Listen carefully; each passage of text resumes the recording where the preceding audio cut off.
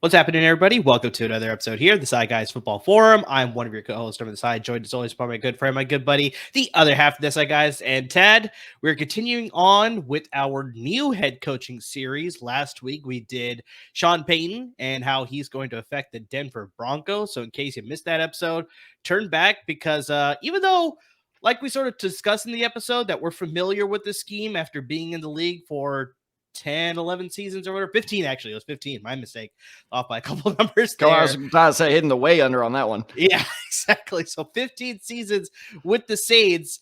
It's very interesting to see how he's going to apply some of the same concepts now with a completely different roster and obviously see if he could sort of, bring back from the dead, that is Russell Wilson, the quarterback, and see what he can sort of do in 2023. Exactly. So let's see if we can sort of anticipate that. So yeah, make sure you go check out that episode because there's a lot of great content, but make sure, don't stop this episode. Keep listening to this one and then go back and listen to the other one because we have do both. Exactly. 100%. So, or listen to both at the same time. That could be interesting. It's kind of like how was it Dark Side of the Moon lines up with Apocalypse Now? I don't know, but this one, unfortunately, Tad, I'm still excited for the episode, but the coach that we're covering and the team that we're covering specifically may be a little bit more dire as far as fantasy aspects for this one. But honestly, looking back, doing some research on this coach, there was some, some tampering and some weird scandal stuff that's happening. I didn't even realize this until I did the research for this episode. So that should be fun for this episode. So without further, teasing here, we're going to be discussing the new Arizona Cardinals head coach, and that is Jonathan Gannon, formerly defensive coordinator of the Philadelphia Eagles. So Tad, instantly, when that was announced, because obviously he is a former defensive backs coach with the Indianapolis Colts, and we'll get into his little bit of his coaching history here, but just you have a little bit of familiarity with him. So just how did you feel when he landed this head coaching job with Arizona? Just how do you feel about his aspirations? A quick take here. So I think it was an interesting hire because my first knee-jerk reaction was that it was just too much of a, well, for lack of a better term, another knee-jerk reaction by Arizona being all right, we went offensive guy last time. That didn't go well. We're going defensive guy this time.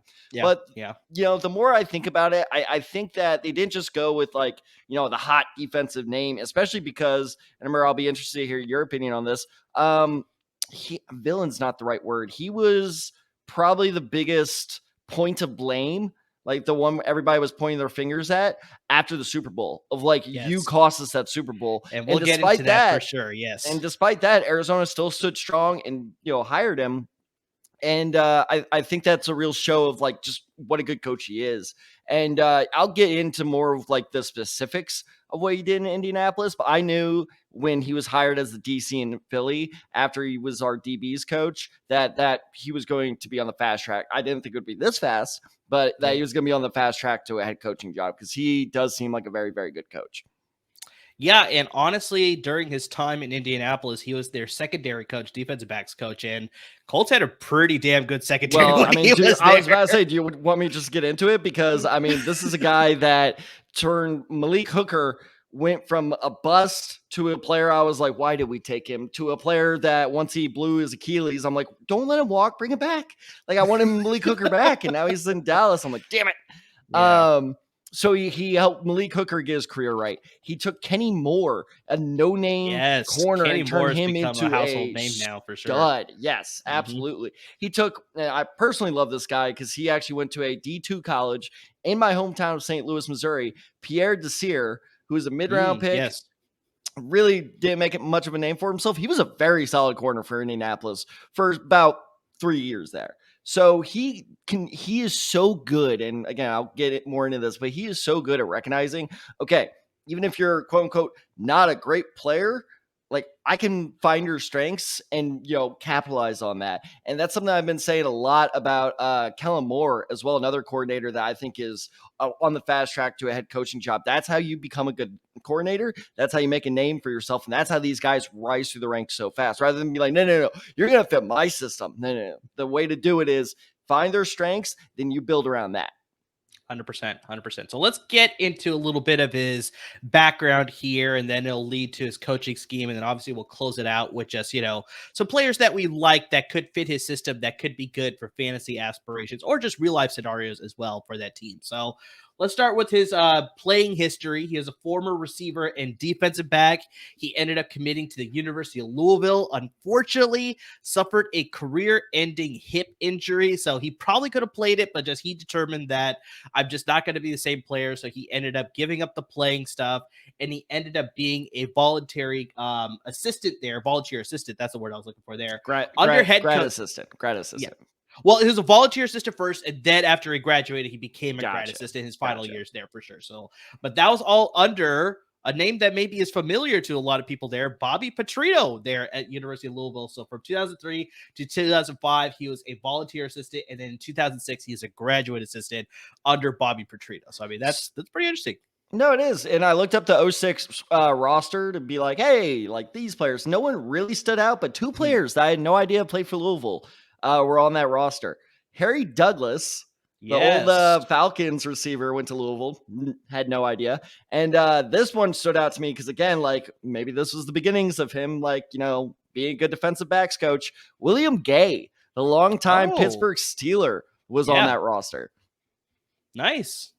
Okay, so he was there from 2003 to 2006 at Louisville, and then in 2007, famously, Bobby Petrino left the college ranks to coach the Atlanta Falcons. So we got Jonathan Gannon following him to the NFL level, so he landed a job there in 2007 as a defensive quality control coach. Obviously, we know the story about Bobby Petrino. He ended up leaving, like, I think with 4 games left of this season. I think it might have been 5. I can't remember exactly, but pretty much mid-season he left, and he was like, nope, I'm going back to college. And so that was just, oh, dear Lord, that was such an interesting situation. Dude, and this just goes to show, because people still are like, well, I hate's a strong word. I don't hate Nick Saban, but I don't really like him either. And people are like, well, why? And a big reason is because Saban did the exact same thing in Miami. People don't realize when a head coach quits or gets fired, it doesn't just affect the head coach and the coordinators. There's like literally like dozens of people who have uprooted their lives and moved. Like one of my sources who is in the head college coaching ranks literally moved from one city to the other within a week with almost no prior warning. And like to just literally quit on those people mid-season. You want to do it after the season, give them time to find a job, great. But do it mid-season, you're a douche. Yeah. So douche number 1, Petrino. Douche number 2, Saban. Yep.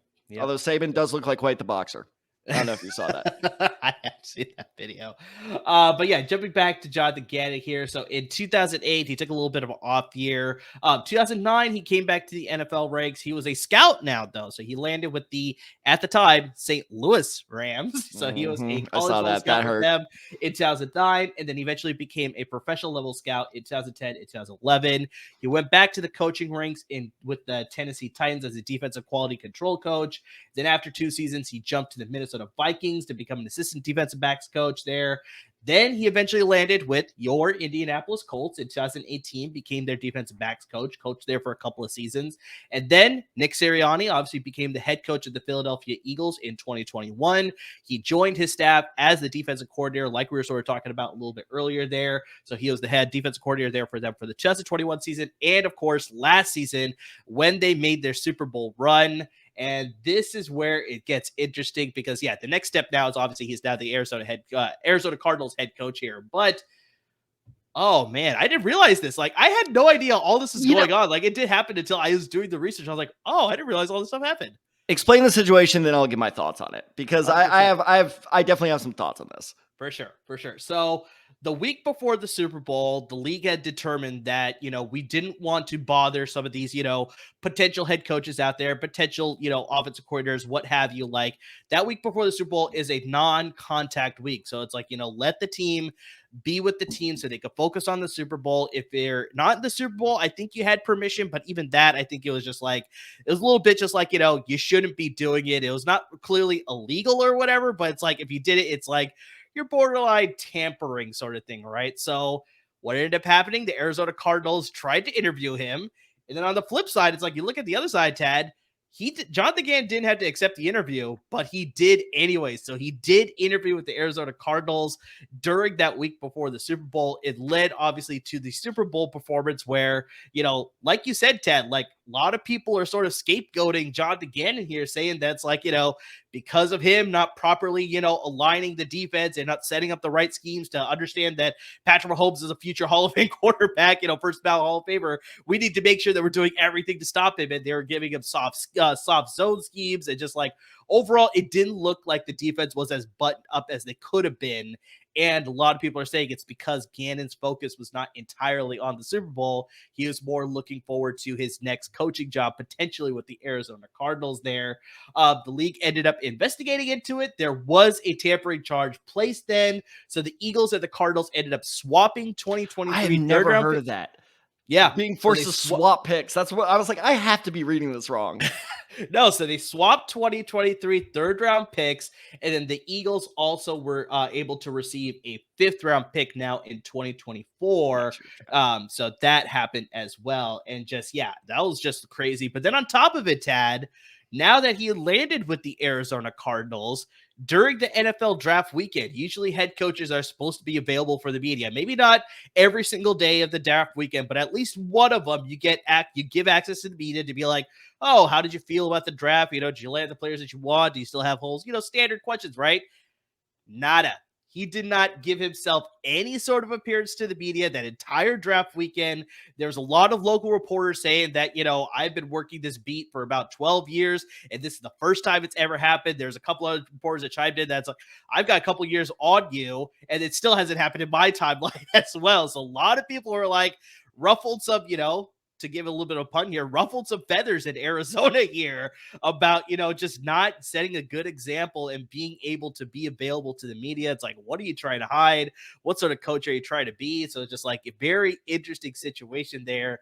And so Tad, I'll pass it to you here because I'm pretty sure you got some comments here. And then I got a quick quiz for you after that. Oh God. So the media availability thing, I think, sorry, Cap is starting to nip at my heels here. So if I jump a little bit, that's what's happening. He thinks the hire is a little bit controversial too, maybe. I don't know. Yes, no, he's very upset with what I'm about to say. So the media availability thing, I think, is a little overblown.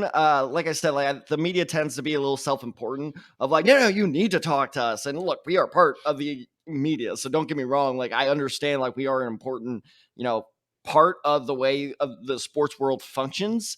But at the same time, if he takes the draft weekend off, okay, you're just going to get the answers. Hey, how do you feel about your first round pick? Oh, I feel great. He's a good kid. He's going to be really, really productive for us. We love this drive. But you're going to get the same answers you've got. Like you said, the guy I've been on this job for 20 years. You've also been getting the same goddamn answer for 20 years. But still, you need the sound bite, right? You still need it, right? I mean, it's just like, I don't know. It's just going through the motions. It's one of those things you kind of have to do. It's part of the reason I got out of the profession, as a full-time gig, is because, I was just so sick of being like, well, Dak Prescott's contract negotiations. Dak, what you had to say about? Well, we're working together. I really love this franchise and blah blah blah. And like, oh, great, we're gonna do this for the third goddamn straight day. So yes, it's not great because you do need to build a positive relation with them, but that'll blow over very quickly as long as he doesn't screw it up further, which I don't think he will.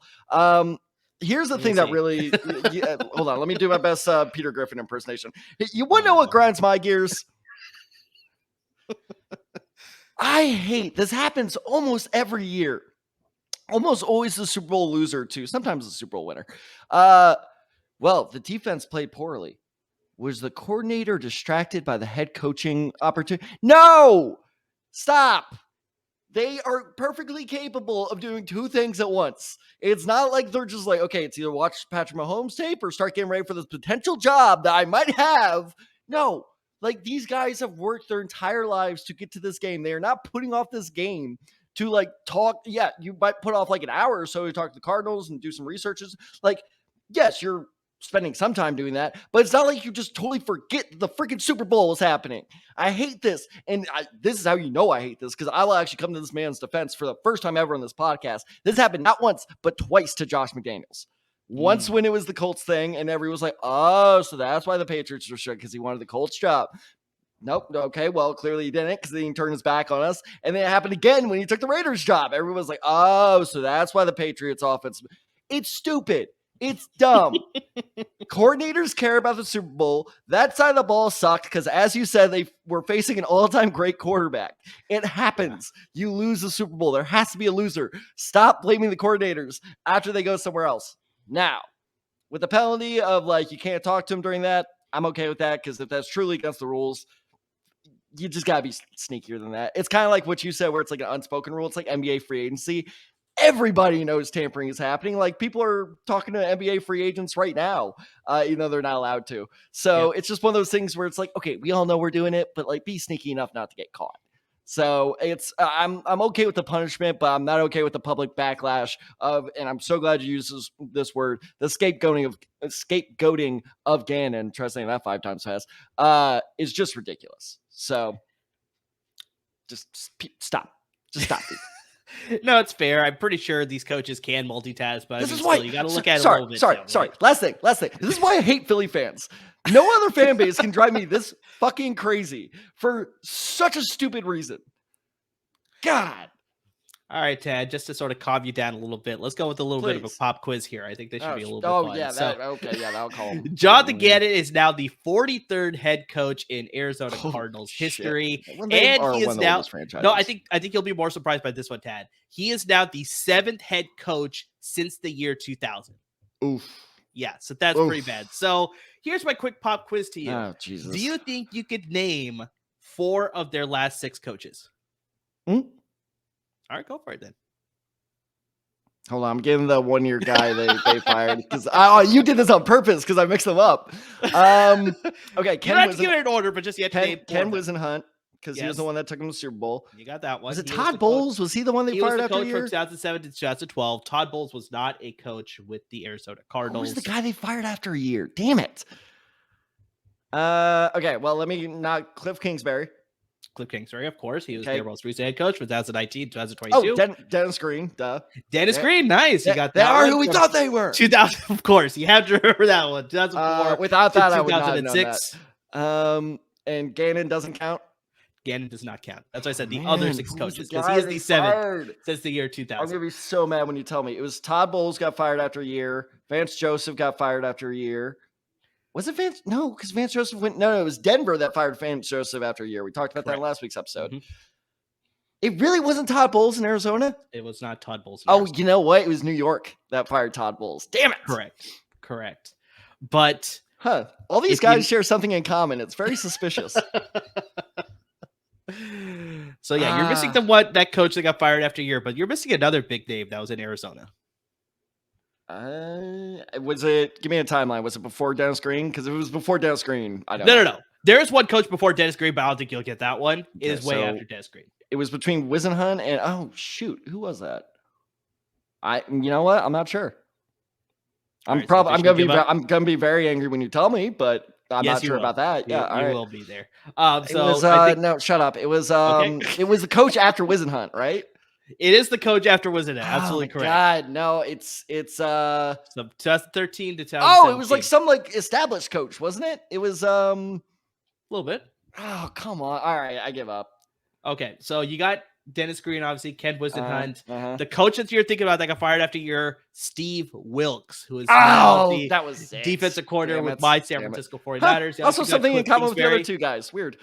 You also got Cliff Kingsbury, obviously, but the coach that I was talking about, and this is why I was like, I think you might get it, because Todd Bowles was on his coaching staff in Arizona. Bruce Arians, damn it! There you go, Bruce Arians. Is the head coach. Especially as a Colts fan, that's exactly bad. From 2013 to 2017. Yeah, because that was when Pagano got cancer, and Arians had to step in for 6 or 8 games, and people were like, "This guy can coach," and then he got the Arizona job. Damn it. So yeah, the one coach from Was he fired or did he retire? I think he was fired. If I remember I correctly. thought he quit. That might be possible. Or maybe I'm mixing up that in Tampa Bay because he definitely quit Tampa Bay. Yes, 100% there. So the one coach that I really don't think you would have gotten, he was from 2000 to 2003. That was Dave McGinnis. Literally, he was right before Dennis Green. Yeah, exactly. So I don't think you would have gotten. But I figure with the recent ones, you should have gotten those. So you got close. You got close. I remember that Ken Wisenhunt, and obviously for like the Kurt Warner reasons, that Ken Wisenhunt Cardinals Super Bowl team is honestly probably one of my top 5 favorite NFL teams of all time. Like, I wanted them to win that Super Bowl so badly. Fucking James Harrison. They were a good team. They were a good team there. So let's jump back to Jonathan Gannon. As mentioned, he is now the 43rd coach in franchise history. But yeah, that's 7th coach since 2000. That's a little bit eye-opening. A little bit. I wonder how that ranks among the other teams. Oh, I'm pretty sure Cleveland has a pretty good history. Detroit probably has a good history as well. So, I mean, we can look into that in a future episode. But yeah, you know what? Not all that great. Yeah, no, that's a good point. But anyway, well, let's get this is the one that's going to work. Exactly. Arizona Cardinal fans are hoping, obviously. So let's get into Gannon's coaching style. So, as mentioned, Tad, I think you might speak a little bit more on the defense here, so I'll pass that to you a little later here. But we want to give this a fantasy spin. So Jonathan Gannon obviously is a defensive-minded head coach, so we got to look at his offensive coordinator, and he tabbed very interesting hire. Yeah, Drew Petzing as his offensive coordinator. He was most recently the quarterbacks coach with the Cleveland Browns. So let's get into a little bit of his coaching history here. So he's been in the NFL since the year 2013, that season. So he's held various position jobs and assistant coaching jobs as well. So he's been a wide receivers coach with the Minnesota Vikings back in 2019. He was the tight ends coach with the Cleveland Browns in 2020 and 2021. As mentioned, he was most recently a quarterbacks coach with the Cleveland Browns last season. And as mentioned, he's been in assistant position coach roles from 2016 to 2018, only with the Minnesota Vikings and the Cleveland Browns, though. So those are his only 2 stops on his NFL journey here. So yeah, now he is the offensive coordinator here with the Arizona Cardinals. And honestly, he doesn't have a lot that we can go off of because, like I said, he's only been a position coach. So, I mean, there's a few things that we can see there that, last year, obviously in Cleveland, we had Jacoby Brissett start majority of the games. Then we got a little bit of Deshaun Watson at the end. But I don't know if you can blame Deshaun Watson on Petzing specifically. I think that's just a whole lot of rust on the behalf of Deshaun Watson. But what he did with Jacoby Brissett was actually pretty impressive. Like, he put him in good situations. He looked pretty, feasible. Honestly, Tad, we talked about him a lot during the season as a fantasy streaming option because he could give you just enough. Exactly, matchup based, and if you need it, especially during those crucial bye weeks where you can't have your quarterback, like he was a pretty good fill-in option. So I mean, I like what he did there with Jacoby Brissett. So I mean, there's a little bit of something we could go off of there, obviously, but just honestly, it's just a lot of unknown. I'm not quite sure what we're going to get from this offense. So I think the best thing that we can do here, Tad, is make a safe assumption that he's going to borrow from the places that he's been already. Most likely he's going to borrow from Cleveland, which is where he most recently was. So I think 100% you have to expect that they're probably going to run the ball, especially with the issues with Kyler Murray. He's going to be hurt. He's probably going to miss at least half the season, if not more than that. Like, I mean, there's a lot of speculation that he may sit out this entire year to just completely get healthy. Like, I mean, it's not out of the realm of possibility. Honestly, not the worst idea. Exactly. If you potentially want that like 1 and 2 pick in 2024, it's like, maybe, but at least half the season. I think that's safe to say at least half the season. They will be going with Colt McCoy. So, I mean, that is going to be interesting. So, we kind of talked about this on a previous episode, Tad. That's like, I think they're going to lean heavily on James Conner. This was actually one of my spots. This was the spot actually that I picked. Dalvin Cook could potentially slide because they only have James Conner. They may want to lean more on the running game. So that's why it'd be a good dual threat option there. So we're not sure when that's going to happen. Obviously, we're still a wait and see. It doesn't seem like Dalvin Cook or DeAndre Hopkins is in a rush to sign, but we'll get into that maybe a little bit later once those signings actually happen here. But I think they'll lean very heavily on James Conner. They want to establish the run. If you look at Cleveland over the past couple of seasons, when Petzing was there, they were in the top 10 in rushing attempts every single season. So you have to look at that as far as like, that's where their strength is right now. You got to lean on James Conner. They have I'd probably say above average offensive line. It's not the greatest, but it's also not the worst. So I think that's where I don't think it's very good. Say what you want, but it's just like, I think that's probably where you don't have as effective an offensive line. It's a lot harder to pass protect. Wait, sorry. Are you saying Cleveland's offensive line is good or Arizona's? No, Arizona's. Yeah, that's what I said. Above average. Above average, I'd probably say. And like I said, you're being far too generous. But They I'm also literally saying that traded up for an offensive lineman in the no, draft.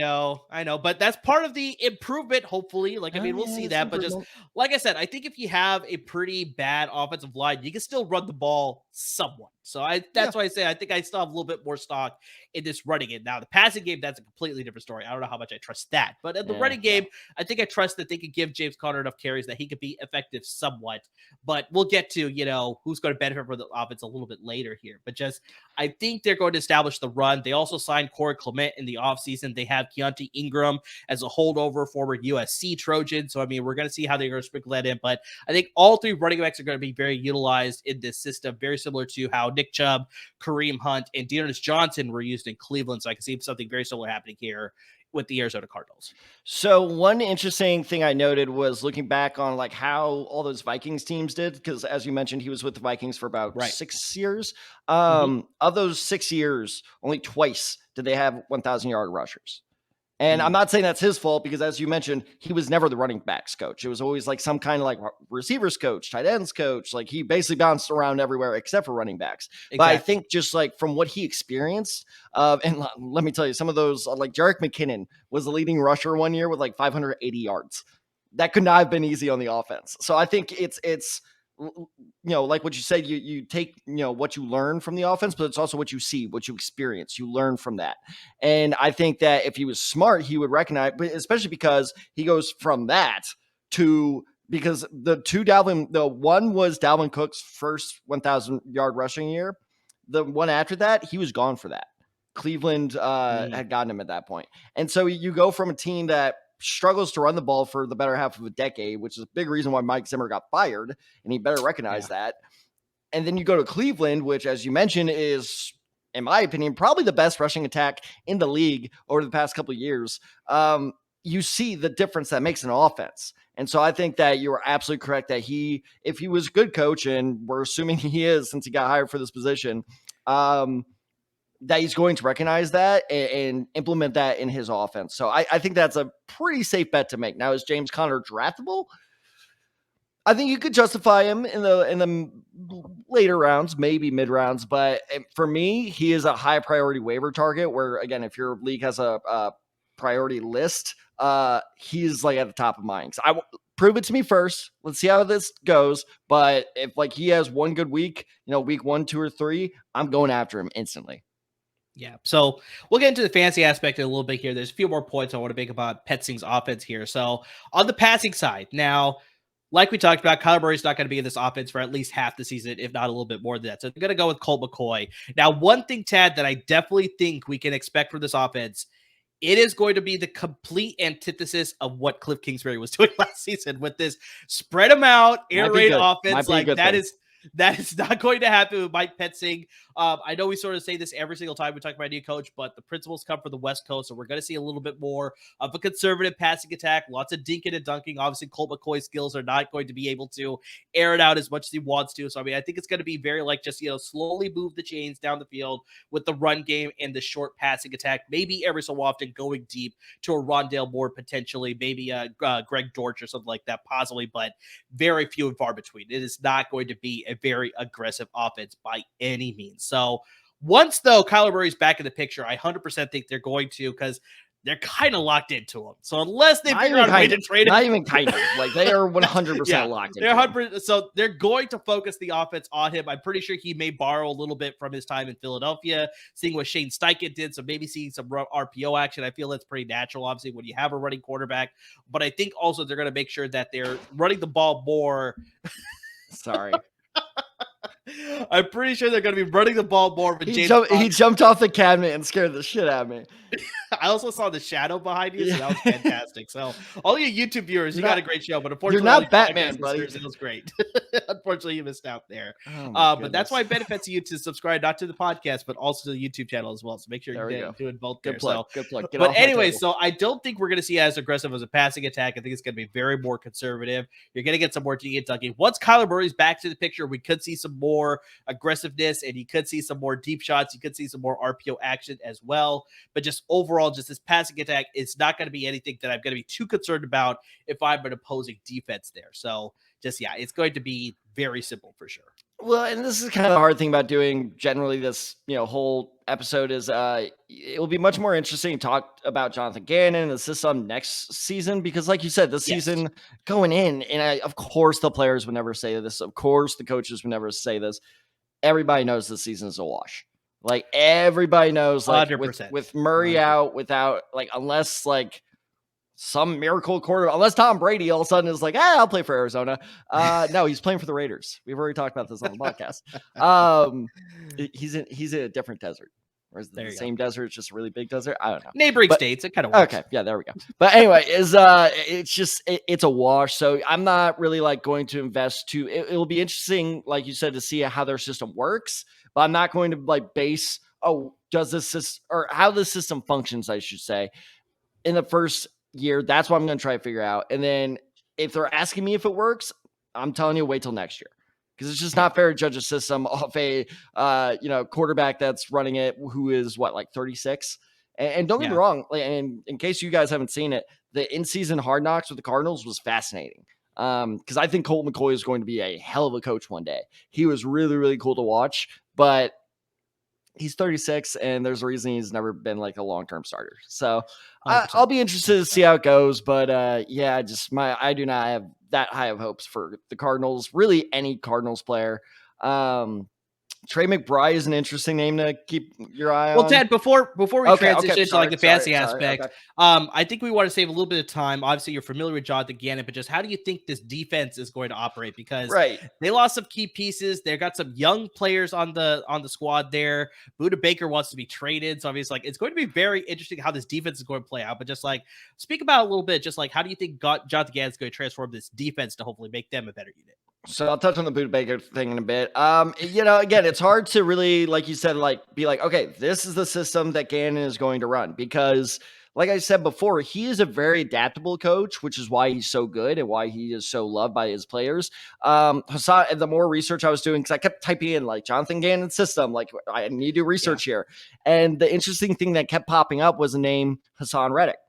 And Reddick turned into one of his biggest, cheerleaders basically throughout the hiring process. And, when asked why, he said, because he listens to the players and he implements their advice into the game plan, which is why, like, I think a lot of people are going to be expecting this like super aggressive defense right off the bat with Arizona. I don't think so, actually. I think that given Arizona's athleticism, because they do have an athletic defense, talented is a question mark, but he is so good at, kind of blending defenses together. That's why Philadelphia had so many turnovers last year and had so many sacks, is because he loves his pre-snap disguise.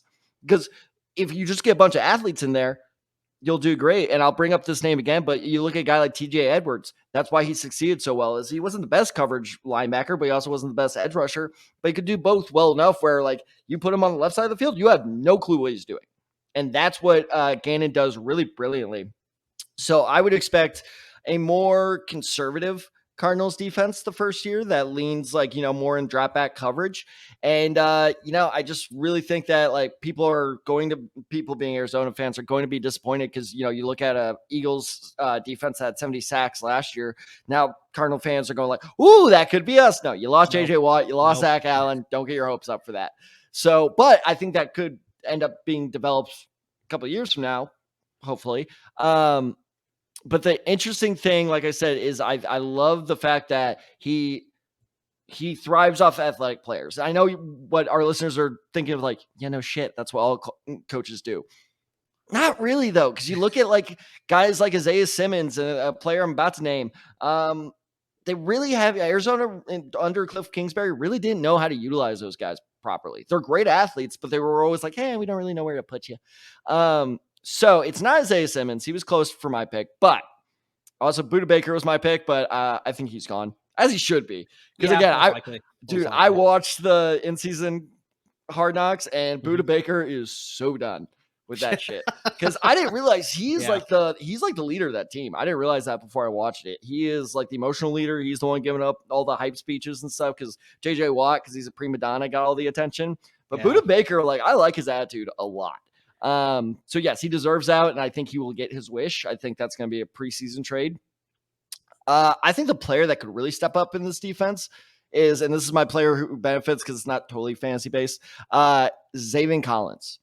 I think this is the time for the former first-round pick to step up as the leader of this defense with Budda Baker. Even if he doesn't get traded, he's probably going to hold out. So I think this is a big-time chance for him to step up because he only had 25 tackles his rookie year, stepped up to get 100 tackles last year. Now, his other numbers weren't so great. He had 2 sacks, 1 interception, 1 forced fumble. Like, it's not bad, don't get me wrong. But I think that the way, and again, this is why I said I was going to bring it up again, is the way that Gannon elevated TJ Edwards. I like Zaven Collins' athleticism more than TJ Edwards. So now you have a more athletic version of TJ Edwards that just hasn't lived up to expectations. I think that Gannon can turn this kid into a real superstar. And keep in mind that his rookie contract, is coming up pretty soon. So this is the time for him to step up. And I really think Gannon is going to do some real good work with him. So if Zaven Collins explodes this season, don't be that surprised because I think the scheme, whatever it may be, is going to really benefit them. But in terms of specific scheme, expect a lot of 4-3. Gannon seemed to really enjoy that, and it's just tough because I think he'll be base 4-3, but they're going to run multiple D all throughout Gannon's time there. So just be ready because you're going to see some weird stuff. But it worked in Philadelphia. And honestly, they have a lot of young pieces, so they need to figure out what their identity is on both sides of the ball. And they have some good pieces on both sides of the ball. I was just looking at their defensive depth chart right now. So it's they drafted BJ Ojulari, who's got a lot of promise, obviously. They recently, the previous draft, they drafted Bijay Sanders and Cameron Thomas. You already brought up Isaiah Simmons, Zaven Collins. So I mean, they got a lot of young pieces that can be promising. It's just, adapting to the system. Like you said, Jonathan Gannon giving his input. He obviously had a very successful defense in Philadelphia last year. So it's the potential is there. It's just this year, as a Cardinals fan, don't expect a whole lot. Yeah. And that sort of gets to my player who sort of stands to benefit here. So I'm going to say James Conner. I've already brought it up that they're going to put an emphasis on the running game, but honestly, my real answer is no one. I'm not really trusting anybody in this offense for fantasy purposes. Like I sort of already said, I think they're going to figure out what their identity is, what sort of offense they want to run, who could they sort of rely on. Obviously, we've already mentioned this so many times already, but Kyler Murray's going to be out pretty much majority of the season next year. So it's hard to base your offense without the guy that's sort of the focal point of your offense, or he kind of needs to be because of the way that he's locked into your team as far as his contract is concerned, right? So it's you kind of have to wait to see what you could do with him. And so this year, Tad, I know you already said it, but it's quote unquote, it's going to be a wash season. It's don't really expect a ton from this team, but I think you could see, hopefully what Cardinals fans can sort of anticipate is just, you may see some flashes where it's okay, I see where he's going here on offense. I see what he's doing here on defense. Like you said, maybe we're going to see Isaiah Simmons break out and be all right, now we're seeing it here. Let's see what happens now as the continued. For the love of God, find that man in position. Exactly. Good Lord. And so maybe, hopefully, all that will get locked in. And put him in at quarterback. He can throw it. Possibly. And he wears the number 9. He's eligible. There you go. So it's hopefully we could see sort of just some glimmers of hope that's okay, they still need to fill a lot of holes. They're figuring out what they want to do on both sides of the ball. And then it could lead to 2024, 2025, where it's okay, now he has his roster. Now he has his scheme all set up. Now he has a little bit of head coach experience as well, because this is his first time being a head coach. So it's all that will come together, and hopefully they'll be a little bit more competitive in future seasons. So like I said, for fantasy purposes, there's not a lot of guys that I like. I probably have to say, like I said, James Conner, just because they'll probably feature him the most. But like I said, or like we sort of talked about here, their defense is probably not going to be all that good, so they're going to give up a lot of points. I think I think their defense could be an interesting streaming option with the right matchup. If they're facing, and I know what people are saying is well, no duh. If they're facing a turnover heavy offense, they could be worth streaming.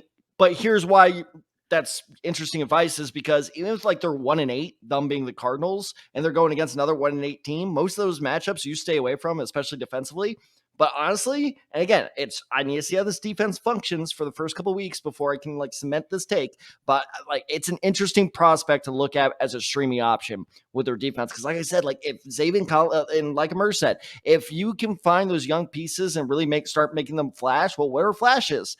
On defense, it's picks, it's fumbles, it's sacks, it's things that get you points. So I think that if this defense is as promising as I think they will be, could be a streaming option. Depends on the matchup, but it wouldn't totally be out of the question. I will add the caveat, though, that I'm not considering them a streaming option until at least week 8. Like they have to adjust week the first 8? they have to adjust the beginning parts of the season. Like they're not going to be ready to go right out the bat. Like I think it's going to take some time to adjust. Then I may start to consider them like right when the bye weeks start to approach, like in those mid-season form. That's when I may start trusting them. And then, like I said, my overall point was just that the defense is probably not going to be all that great over the course of the entire season. They're going to let up a lot of points. They're not going to prevent a lot of offenses from doing whatever they want. And so because of that, they're going to be in a lot of situations where they're going to have to come back from. And what do you do when you have to come back? You have to air out the ball a little bit more. So even though we're saying this offense is going to be more conservative, because of the fact that they had to play a lot of catch up, they're going to end up throwing the ball a lot more. James Conner may not be getting enough touches to be super effective to be a starter in your fantasy roster. Now, jumping to the other positions. Now, the one guy I may consider, Zach Ertz, because of his veteran dependability at the tight end position. But once again, it's like injury sort of caught up with him. His age is sort of catching up with him too. So I could see potentially like he could have a week or two where he's successful, but overall, I just don't trust him long-term. Trey McBride, we saw a glimmer of it, but just once again, with this offense just trying to figure out who they are, I don't know how involved Trey McBride's going to the offense. 100% I'm out on Hollywood Brown and Rondale Moore. Without Kyler Murray, I do not trust either of those guys. Like, I mean, they may be, once again, very similar to Zach Ertz. I think they may be good, like maybe 2 or 3 weeks, but once again, not consistently where I'm like, okay, I want this guy in my starting roster, even at a flex position. Like, maybe a bench spot I can consider these guys, but overall, like, just for me, I think the biggest takeaway for me is just like, I'm not trusting any Cardinals players this year, fantasy. I like, and maybe I'm definitely biased, but I like Hollywood Brown because he proved me right. And I always love players that do that. Allen Robinson is better than Hollywood Brown, you idiots. But anyway, I like Hollywood Brown as a bench option, like you say, especially going into the season. Because if I consider any Cardinals player, sorry, just I didn't mean to cut you off, but just if I consider any Cardinals player, it's 100% on the bench. 100% on the bench. We need to do a segment where we just like do our best first take impression. We just start talking over each other. That would be so funny. But what do we always say with risky receivers and tight ends? They gotta throw to somebody. It's not 1940. Fair. You're not running it 80 times a game, so they're gonna pass it. They need to stay in these games. So I mean, who else he got other than Hollywood Brown? Now Rondale Moore, I'm with you on that one because he hasn't proved he can do shit even with a proven quarterback. So I'm saying absolutely away from Rondale Moore until he proves otherwise. But no, I think Hollywood Brown's worth like a last receiver or like last bench spot. Okay, yeah, like I said, I think any Cardinals player that I potentially may draft this year, 100% they're going to be on the bench, and I need to wait and see what they're going to do. So, I mean, but just overall, it's just like, I think we've already sort of laid the groundwork here. This season is not going to be a season to be somehow we still talked about it for 40 minutes. It's like you need to be a diehard Cardinals fan to have super optimism that something's going to happen this year. Like, but just potentially, it's like they're going to be picking the top 5. Like, I mean, let's just lay it out there. Like, I mean, they're 100% going to be doing that. But yeah, I think there's potential. There's obviously potential. We don't want to be too negative with this team. Like, I think it's just a lot of wait and see. I think that's just the biggest thing to see whether everything that Gannon has done, like in Philadelphia, that could translate to Arizona. Like I said, we don't have a lot of information on Petzing and what his offense is going to do. Maybe he's going to figure it out here, establish the run.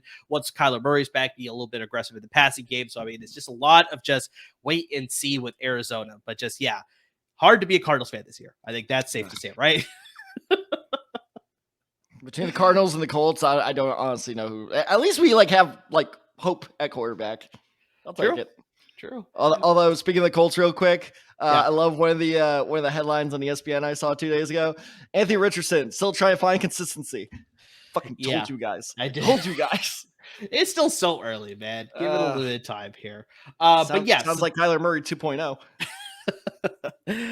So that'll close out today's episode discussing Jonathan Gannon, the new head coach of the Arizona Cardinals, and just what he's going to bring to the team, and more specifically, if he's going to bring anything fantasy football. If you listen to the episode, clearly we're not that optimistic as far as fantasy aspirations, but we were more optimistic about Sean Payton. So like we talked about at the beginning of the episode, make sure you check back to that episode. We gave a lot of great information there, and we're going to continue this going on. We've got 3 more coaches to get to. We're going to give you one every single week. And guys, the best way you can find out about when all those episodes are dropping, follow us on social media and make sure you're subscribing to our podcast as well as our YouTube channel. So you see us on social media, you see us on Twitter. You got me at OnTheSide23, you got Tad at TadTheSide94, you got the show handle at The Decide Guys, and of course on Instagram at The Decide Guys as well. As mentioned, subscribe to the podcast wherever you listen to your podcast. Just hit that subscribe button. Always be up to date with our podcast.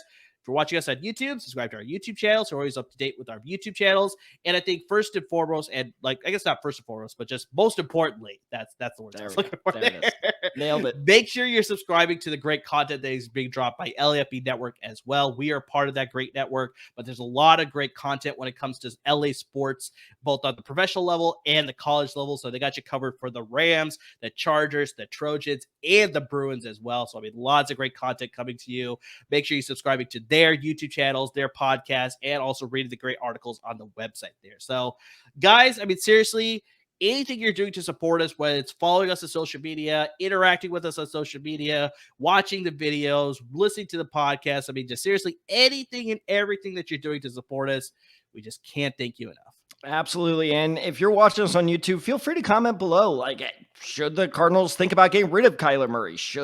What should the Cardinals do? What should their draft plan be for 2024? They'll likely have 2 top 10 picks. So, what should they do with that? I just made a bet with my friend. What was that, last weekend, where he was like, no. First overall is going to be Caleb Williams and Drake May. I'm like, dude, no, Marvin Harrison Jr. is going to go second overall. So I have I don't know why I took this bet, but I have a terrible first or bet. Second, right? That's the first bet, or right? second that Yes. Marvin Harrison. So basically, my friend has the field, and I have first or second that Marvin Harrison Jr. is going to go because I'm so confident the Cardinals are going to take him should they be there. So do you agree? Do you disagree? What do you think about the Cardinals' chances this year? Are we being too negative? How about this for a posing question to our listeners and viewers?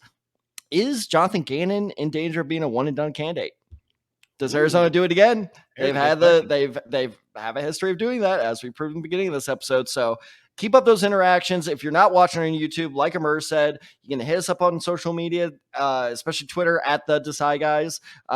Check that every day. So please, please, please keep up the interaction, because without you guys, there would be no us. So thank you so much for watching.